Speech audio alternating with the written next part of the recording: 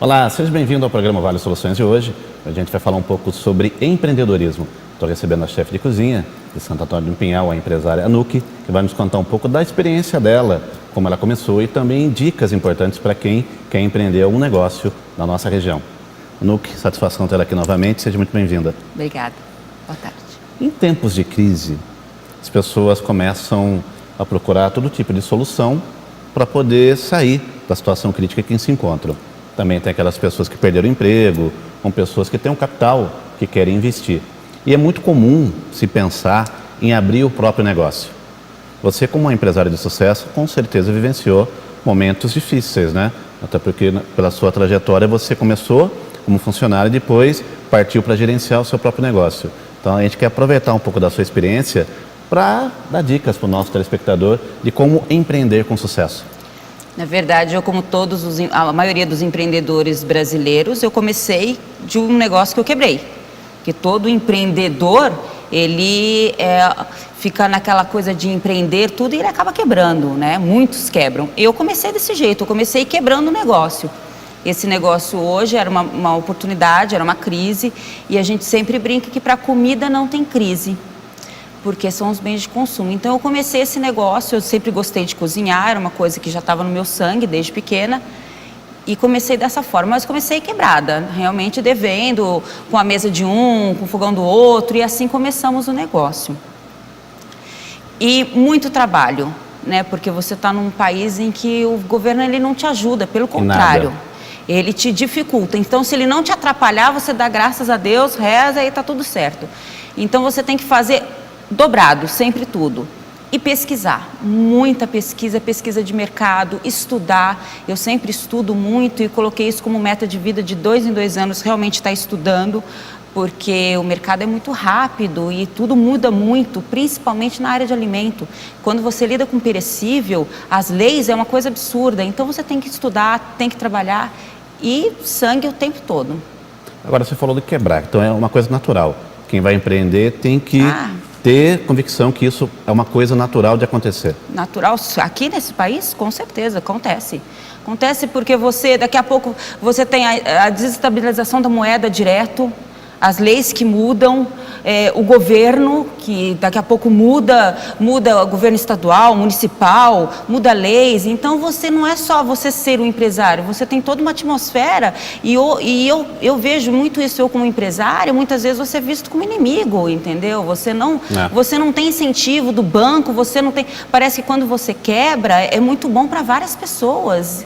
Entendeu? Em outros países, o governo, os bancos, eles fazem de tudo para você não quebrar, porque ele quer que o seu negócio... Aqui aparece ele é parceiro, né? Ele é parceiro, aqui é o contrário. Aí você tem mais juros, você consegue mais empréstimo, você consegue...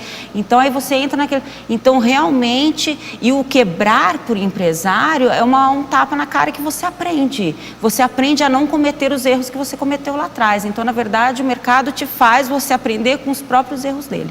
Esse período onde você quebrou e se reergueu, foi muito demorado? De 4 a 5 anos. Caramba. Trabalhando, e no crédito. O interior é uma coisa muito bacana, que você tem aquela coisa de confiança, que você tem aquela coisa de carteiro, o cara do mercadinho, ele te vende mesmo sabendo da sua dificuldade, porque ele sabe que você vai pagar. Então, isso ainda no interior você tem muito, né, da confiança, porque a pessoa também acredita em você, dos amigos. Então, nessa hora que você quebra, é engraçado que você realmente vê quem está ao seu lado. E aí você não cometer os mesmos erros. E controle financeiro. Hoje eu estou terminando uma pós, eu faço uma pós em gestão financeira, que é justamente para não acontecer isso, porque muitas das vezes nós, empreendedores, empresários, a gente erra, porque a gente não gosta de fazer conta, a gente não gosta de sentar no papel, porque o empreendedorismo ele gosta de ficar lá, dando a cara para bater, correndo atrás. Então a gente não faz conta, a gente vai e se esforça ao máximo. Então hoje realmente eu sou muito mais disciplinada, eu vejo tudo antes, penso muito antes de fazer, calculo tudo muito, os riscos todos. Com toda certeza houve uma evolução no seu negócio, sim, na maneira de você aprender, de gerir o próprio negócio, e essas dicas são importantíssimas. Tem muito empresário, aquele que quer empreender, que às vezes acaba desistindo fácil, ou se vê perdido. Que conselho você daria? Primeiro, estudar o seu negócio a fundo, estudar a concorrência, o mercado, fazer as projeções as piores possíveis para ver se você aguenta, ter um capital de pelo menos de 2 a 3 anos que você suporte tudo que você puder levar, porque o seu negócio ele não vai dar dinheiro de cara, nunca dá dinheiro de cara, entendeu? A única coisa que dá dinheiro de cara, eu brinco, é Mega Sena, porque o resto não dá dinheiro de cara. Então você estuda realmente, pense bem o que você vai fazer, porque analisa o mercado, analisa as condições. E a gente que tem um negócio sazonal, meu negócio é sazonal, eu ainda tenho a influência do tempo, se vai chover, se vai fazer sol, se vai fazer frio. Então até nisso eu tenho que pensar. Então você tem que estudar realmente o mercado e fazer contas, colocar tudo no papel. Eu até o pedágio, até a bala que eu compro, eu anoto.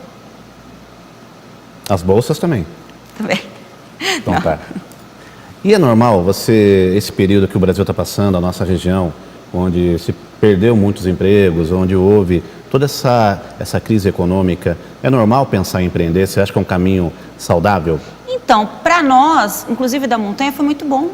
Porque o meu concorrente, eu brinco que o meu concorrente é a Disney. O meu turista, que é do Vale, ele parou de viajar para fora por causa da crise. Então, esse turismo de curto período, passar um dia na montanha, passar um dia para nós foi maravilhoso. Eu tive um crescimento ano passado de mais de 50% justamente por causa disso, porque querendo ou não, nós brasileiros, oportunidade, nós brasileiros, a gente não vai deixar de dar uma saidinha, fazer um almoço, porque a gente precisa ser feliz. Aconteça o que acontecer, é um povo feliz. Então, esses passeios curtos para nós foi maravilhoso. Para mim, não tive crise. Esse período para mim foi bom. A grande dificuldade das pessoas aqui na nossa região é saber o que fazer, né? Como começar o próprio negócio. Hoje existem até algumas entidades que proporcionam cursos, né? Profissionais que também orientam, mas a gente percebe que é um caminho que as pessoas vão muito no desespero. Vou fazer, vou abrir, mas não se prepara. O que você estava falando, não é? Não estuda. Não, você tem que pensar, ele já acha que o mundo vai ser florido, você tem que pensar ao contrário, você tem que pensar em todas as possibilidades ruins que pode acontecer com o seu negócio. Isso você aprendeu na prática? Aprendi na prática, apanhando. Porque antes você não tinha essa ideia, né? Que ia não quebrar, tinha, mas antes, eu tenho meu negócio já há 16 anos. Então, mas antes você quebrava e se reerguia com muito mais facilidade. Eu vejo de uns 10, 12 anos para cá, isso é mais difícil e cada vez mais difícil você se reerguer. Então, hoje o próprio mercado e a própria forma de todo mundo vencer não te permite mais que você erre tanto e que você se reerga na mesma velocidade. Você tem que tomar cuidado. Isso é uma dica séria, importantíssima, né? A gente sabe que o tempo de recuperação é diferente hoje, né? Completamente por concorrência, diferente. Por mudanças. Conforme os mercados existem, inúmeras atualizações devem ser feitas em cada negócio, o que dificulta mais esse time, né? E o setor de serviço cresceu demais, muita gente abrindo, e eu digo concorrência é tudo, é da lanchonete, é a garagem, é a marmita, é a pessoa que faz o bolinho em casa, todo mundo hoje mexe com comida e tudo muito fácil. Então, no meu ramo de alimento, então, nossa concorrência é assim absurda. Antigamente, é coisa mais fácil, né? As pessoas acham que é mais fácil, mas você lidar com uma coisa que ela tem tempo para morrer é muito mais difícil, porque o alimento, ele é vivo, ele perde muito mais rápido, não é que nem uma roupa. E o mercado também que se tornou mais exigente. As pessoas hoje são mais exigentes com o que comem, com o que vão consumir, não é? Sabem mais do que é, e eu acho que quanto mais souber, melhor. É uma onda que está indo e não pode voltar não, tem que saber mesmo tudo que você está ingerindo. Agora é um conjunto, né? Você vê a nossa região, principalmente ali a Serra da Mantiqueira, as cidades lá de cima, mais conscientes sobre a questão da alimentação? Ah, sim, eu acredito. Inclusive, pela nossa região, ter os esportes, ter a corrida de montanha, ter a bike, tem vários. Então, as pessoas ficam mais ligadas. A gente tem uma geração bacana lá, que sobe a montanha para fazer esporte e tudo. Eu acho que isso impulsiona. Não, porque e eu estou numa região fria, né? No frio as pessoas comem mais, né? Mas não é o nosso caso lá. As pessoas super procuram a alimentação natural, a alimentação nossa, produto fresco nosso da montanha. Cada vez mais a gente sabe que o brasileiro ele vai procurar soluções imediatas. É difícil quem tem esse conceito de fazer projeção, de projetar, de planejar. Agora, você acha que é possível isso ser modificado aqui para o Vale do Paraíba, já que é uma região que está se transformando, pessoas de fora vêm para o Vale em busca de tranquilidade, de paz, ou até mesmo empreender. Você vê o Vale como, no futuro, uma região mais consciente? Com certeza, eu vejo o nosso futuro nas crianças, desde pequenas, saber empreender e saber pensar no futuro. A gente não tem isso na educação, a gente não ensina os nossos filhos a guardar dinheiro, a gente não ensina os nossos filhos a poupar, a gente não ensina as pessoas. Então, acho que isso é um erro que nós cometemos de base, de cultura e de educação. A gente tem que fazer as projeções desde o pequenininho, ensinar o que ele vai fazer quando ele crescer, poupar, a guardar. A gente não faz isso, mas isso eu acho que é uma questão cultural e do brasileiro, de não fazer essas projeções. Está mudando. Eu vejo já na educação, e eu posso falar porque eu tenho 4 filhos, eu vejo isso na educação dos meus filhos, que se trata mais isso nas escolas, de fazer projeção, e nós empresários também. Eu, por exemplo, estou fazendo projeção agora porque eu estou fazendo uma pós, mas eu não fazia do que eu quero, da onde meu negócio vai estar daqui a 10 anos, aonde que meu negócio vai estar daqui a 20 anos. Eu estou fazendo isso agora. E é uma coisa difícil para mim. Agora, eu vejo em outros países, eu vejo em outras culturas, a pessoa fazendo isso desde pequena. Entendeu? Para nós, depois de velho, é mais difícil fazer ainda, porque a gente ainda tá com um monte de vício. Mas para a criança é muito mais fácil. Então, a gente tem que ensinar isso de berço. Tem que mudar nas escolas e tem que mudar a cultura sobre isso. Aí tem uma diferença. Antes o pensamento era assim, daqui a 10 anos as coisas serão diferentes. Não. Hoje, em um ano, muita coisa já é diferente. Em 2 anos, então, 2 anos equivale às vezes a uma década. As transformações do mundo, as mudanças que vão ocorrendo, não é? Com então certeza. tem que ter essa educação financeira, essa reeducação por parte de pais também. E tinha que ter pauta na escola, a educação financeira tinha que ser uma matéria, eu acho que é fundamental. Aí a gente não ia ter tanto esses problemas que a gente vê aí com o pessoal. Maravilha. Por último, para encerrar a sua participação, quem quer empreender hoje sofre muito com capital. Você acha que a pessoa que não tem tanto capital, ela pode se aventurar desde que tenha força de vontade e se prepare? Claro, eu comecei quebrada, comecei devendo. Comecei devendo e você tem aquele amigo que vai te emprestar um dinheirinho, o tio, o pai, o primo, sempre tem. Quando você tem força de vontade e querer, você vai. Não pode ter preguiça. O empreendedor, ele não pode ser preguiçoso. E outra coisa, ele tem que pensar que toda segunda, terça, quarta, quinta, sexta ele vai trabalhar, sábado, domingo, não tem hora. Eu não tenho hora. Eu trabalho eu trabalho e faço o que eu amo. E quando você faz o que você ama, você não tem folga, porque você está lá correndo, tudo você está fazendo gostando. Tem que gostar do que você faz. Só para encerrar, tem uma música dos Beatles que foi feita em homenagem a Anouk. Ela não tinha nascido ainda, mas foi feita para ela, que é 8 Days a Week. 8 dias na semana, que é a semana dela. Não é? Sim mesmo, mas eu faço o que eu amo, então eu não sinto isso. Eu quero agradecer a participação da chefe de cozinha, Anouk, que hoje tem um restaurante Dona Pinha, lá em Santo Antônio do Pinhal, que veio falar com a gente sobre empreendedorismo. E quando abaixar o preço lá dos pratos, eu vou no seu restaurante. Mentira. Tá? Obrigado pela presença. Muito obrigada. A gente vai para o intervalo, na sequência voltamos com o segundo bloco do programa Vale Soluções para continuar esse bate-papo sobre empreendedorismo na região metropolitana do Vale. Até já.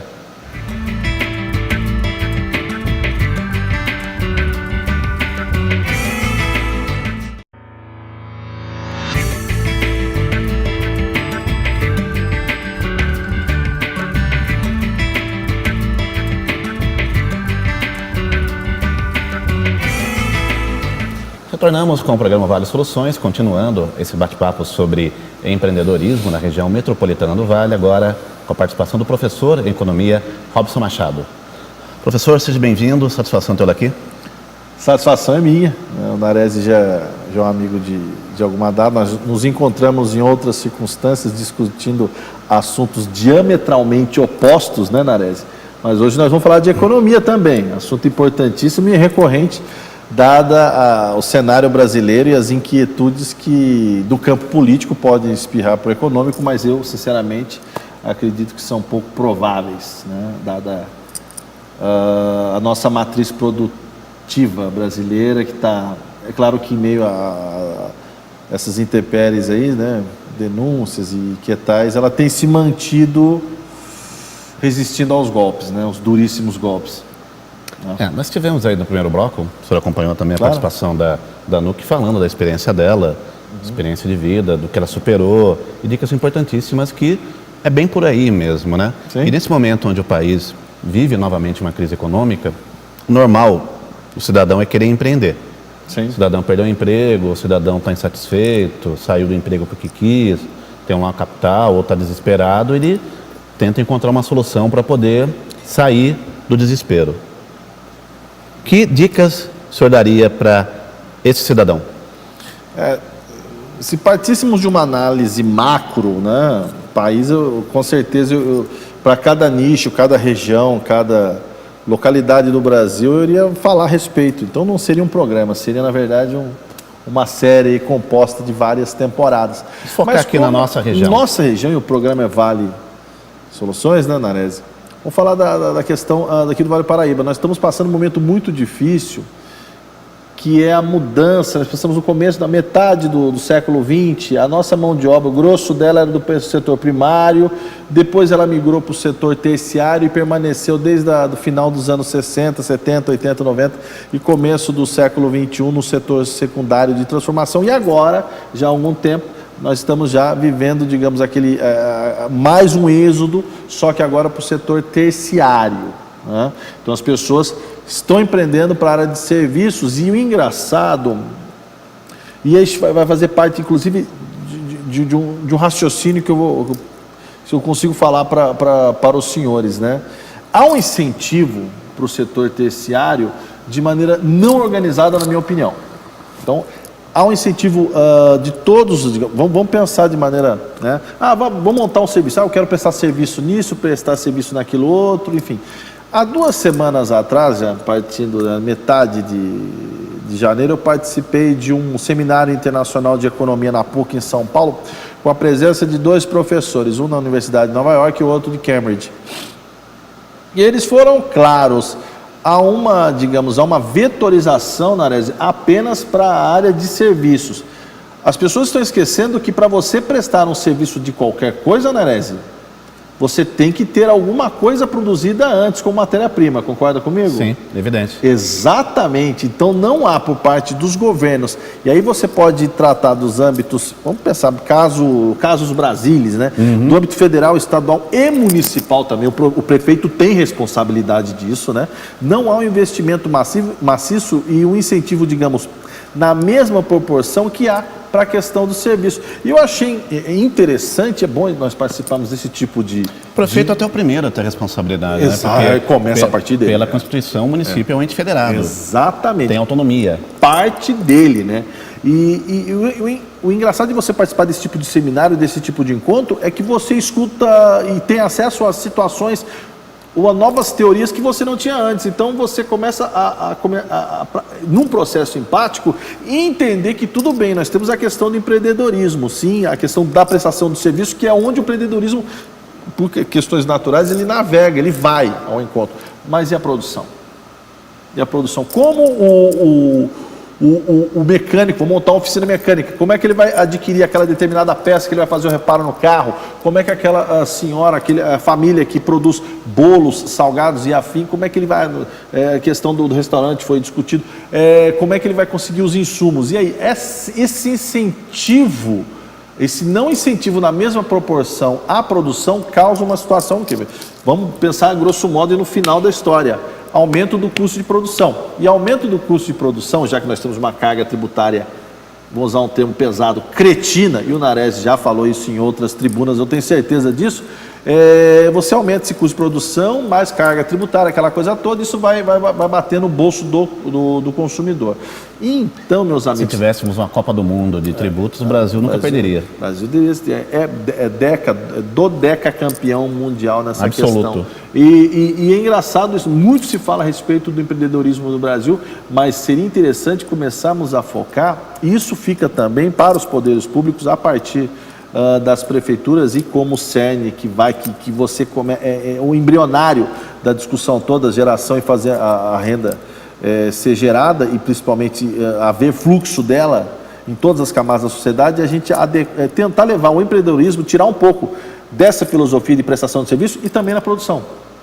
Parece uma coisa um tanto quanto difícil, já que nós moramos no eixo Rio-São Paulo, as nossas cidades são quase industriais, mas esse êxodo, sim, a gente tentar levar para um outro lado também. Na verdade, é uma quebra de paradigma, sim, né? Exatamente. Isso que precisa existir, né? Não temos mais aquela visão de mundo onde a pessoa vai trabalhar o resto da vida dela numa indústria, nada contra, pelo contrário.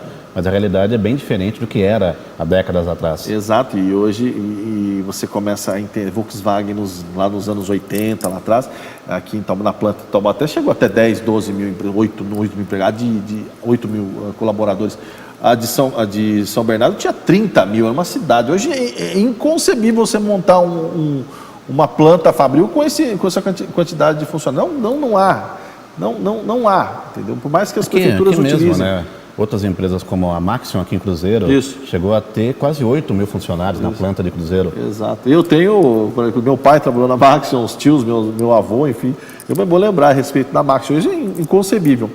Mas voltando para a questão do empreendedorismo, isso posto para os nossos espectadores, uma outra coisa que isso faz parte da cultura nacional, e eu tenho certeza que o Nares e os colegas vão observar. O brasileiro ele tem um defeito, ele acha que como ele é dono do capital, Nares, ele é dono da ciência daquilo que ele vai empreender. Não, o dinheiro é meu, eu faço aquilo que eu quero, enfim, o dinheiro é meu. É uma questão que a própria Nuke mencionou, ele não quer evoluir. Não quer. Ele vai estagnar ali como um conceito final. Ele acha que a detenção do capital lhe dá por natureza, né, quase que instantânea, né, um pátrio poder de ter, de conhecer o mercado, de, esse produto que eu vou lançar, vou contar uma breve história, se você permite. Há uns 10, 15 anos atrás eu tinha breve, contato, né? É breve, umas 2 horas eu termino de contar. Mas uns 10, 15 anos atrás eu tinha contato com um rapaz, um senhor já na época, né, um amigo, nunca mais ouvi.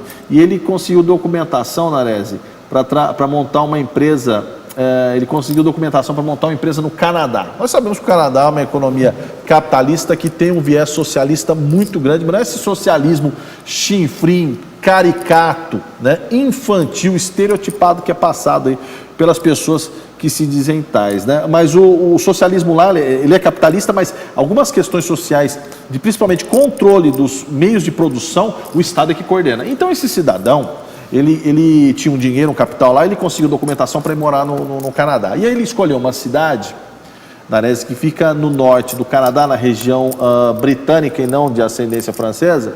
E essa região era uma região nevada e tinha muitos, como Aspen, né? Então tinha muitas colônias de férias de inverno, né? Na região de... Você não conhece a pessoa, não é possível que você conheça a pessoa. Não, ele está começando a raciocinar, se conhece. Enfim, está pensando no local. Então, o local é muito parecido com Aspen, eu acho que é perto de Calgary, se não me engano, mas era uma cidade pequena. E aí ele conseguiu a documentação toda, foi lá na embaixada canadense, isso já no final dos anos 90. Sabe que lá é muito bom para esquiar, né? Sim, sem dúvida. Então, mas isso mesmo, esquiar, sem dúvida. Isso que eu tô falando, uma estação de esqui. Lembranças, Robson Machado, mas continue. Como você é engraçado. Então o rapaz, ele conseguiu, enfim, documentação. O representante do governo, o Biro de Desenvolvimento lá do governo canadense, disse para ele, você quer morar nessa cidade? Ele disse, sim, quero morar nessa cidade, beleza. Ok, só que o que o senhor pretende montar aqui? E ele disse, olha, eu gostaria de montar nessa cidade, olha, uma loja de caça e pesca, sabe? Materiais de caça e pesca, como uma tradicional loja que tínhamos no centro de Taubaté, próximo à rodoviária velha. Ele apresentou o projeto dessa loja de caça e pesca, o governo canadense disse não para ele. Ele falou, como assim, o dinheiro é meu? Não, você não está entendendo, meu amigo. O dinheiro é teu, mas se você colocar essa loja de caça e pesca nessa cidade que você pretende, você vai causar, entendeu? Uma disparidade econômica. Você vai causar um incômodo na flora econômica da região. Você vai criar uma concorrência que não existe, você vai atrapalhar os que já estão instalados lá, essa coisa toda. E ele, mas tudo bem, o dinheiro é meu, eu não posso fazer aquilo que eu quero fazer com o dinheiro, qualquer sugestão. O governo canadense ainda disse para ele assim, essa loja nós não aconselhamos e nós não vamos dar subsídio documental para você, legalizar, obviamente. Mas, já que nós estamos numa área de esqui, colônias de férias, hotéis, resorts, naquela região, o governo canadense, Rogério, Nares e colegas, ele dá para você todo o subsídio para você montar uma pequena fábrica ou uma representação de macas e produtos de pronto atendimento para acidentados no esqui. E com exclusividade. E com exclusividade. Por quê? Porque aquela região não tinha, a cidade mais próxima que eles requeriam esse tipo de serviço e produto ficava a 100 e poucos quilômetros, enfim. A prefeitura e o governo canadense enxergou, isso é socialismo, não essa coisa estereotipada. Ela enxergou essa demanda, que poderia ser atacada. Qual foi a reação dele? Qual foi o procedimento que ele teve depois que ele foi informado pelo governo canadense que ele receberia todos os incentivos para uma fábrica de marca, uma representação de marcas para atender os acidentados de esqui, obviamente. Qual foi? Ele falou, o dinheiro é meu, eu faço o que quiser e não vou para o Canadá coisíssima alguma.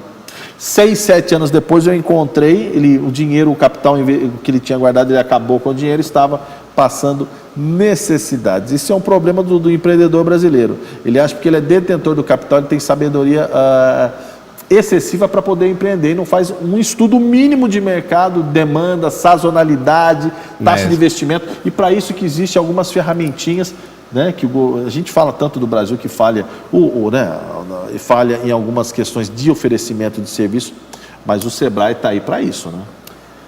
Infelizmente, o tempo está esgotado do nosso programa de hoje, da participação do Robson, mas vou convidá-lo para uma próxima participação. Sim, claro. Pelo menos eu consegui contar até o final essa história. Conseguiu. Já é um grande passo. E lembrando, né, que vai de encontro que a Anu falou no primeiro bloco, sim, que as pessoas elas não se organizam, não conseguem se planejar e falta muito, sobretudo na educação. No modo como os nossos municípios tratam aqueles que querem empreender e no modo como as pessoas se tratam também. Professor Robson, muito obrigado pela sua participação. Eu que agradeço, muito obrigado, agradeço mais uma vez o Nares dando voz e vez para poder conversar com os colegas e um enorme abraço a todos os espectadores do programa. Ficamos por aqui no programa Vale Soluções de hoje. Nós estaremos de volta no nosso próximo encontro. Até lá.